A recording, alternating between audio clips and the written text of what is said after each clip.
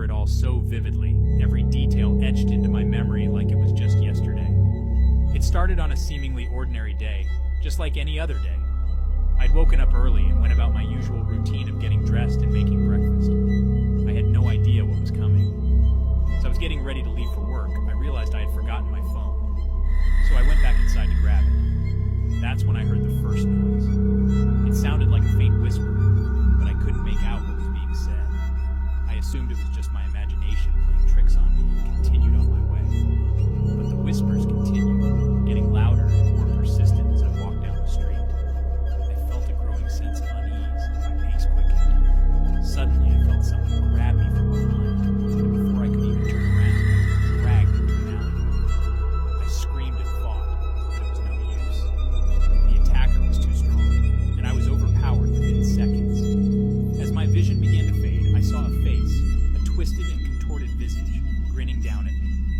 And then, everything went black. When I woke up, I was in a dark, damp room. I was bound to a chair, and my head was throbbing with pain. My eyes struggled to adjust to the dim light, but I could make out the outline of a figure standing in front of me. It was the same person who had attacked me earlier. He was tall, with a slender build and a pale complexion. His eyes were dark and piercing, and they seemed to be looking right through me. He wore a mask, covering his face except for his eyes, and a long, dark cloak that hung loosely around him. I tried to speak, but the words caught in my throat. The man just stood there, silent and still, watching me with a strange intensity. And then, he spoke, his voice low and menacing. "You're mine now," he said. "You belong to me." Days turned into weeks, and I lost all sense of time.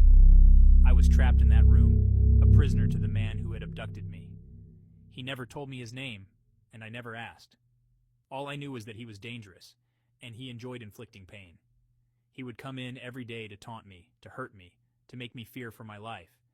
He would carve strange symbols into my skin, burn me with cigarettes, and force me to do unspeakable things. And through it all, he never once removed his mask. I was his plaything, a helpless victim of his twisted mind. He would tell me about his past, about the horrors he had experienced, and how it had turned him into a monster. He would gloat about the power he had over me, and how he was going to keep me there forever. But one day, something changed. He came into the room, his usual air of superiority replaced by a look of fear. He seemed almost nervous. And then he said something that shook me to my core. "I have to go away for a while," he said, "but don't worry, I'll be back. And when I come back, we'll continue where we left off." And with that, he was gone, leaving me alone in the dark once again. Days turned into weeks, and the weeks turned into months.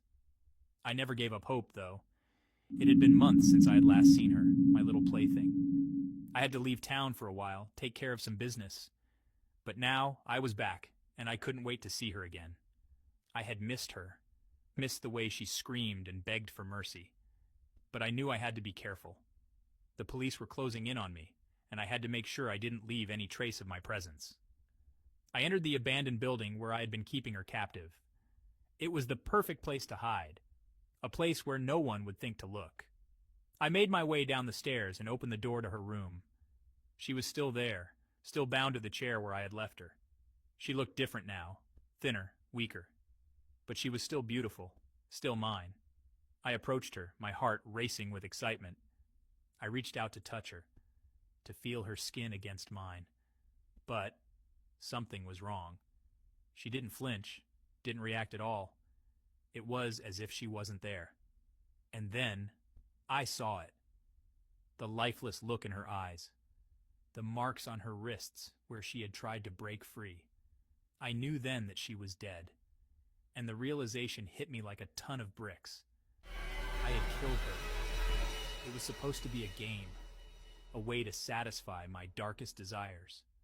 But it had gone too far.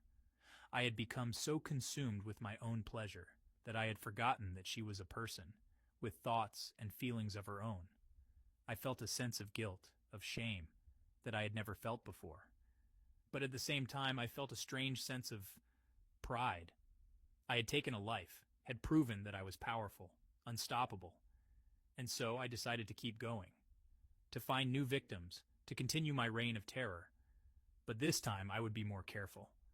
I would make sure I didn't leave any evidence, any trace of my presence. I began to plan, to choose my next victim. It was a thrill, a rush that I couldn't resist. And with each new kill, I became more and more addicted to the feeling of power, of control.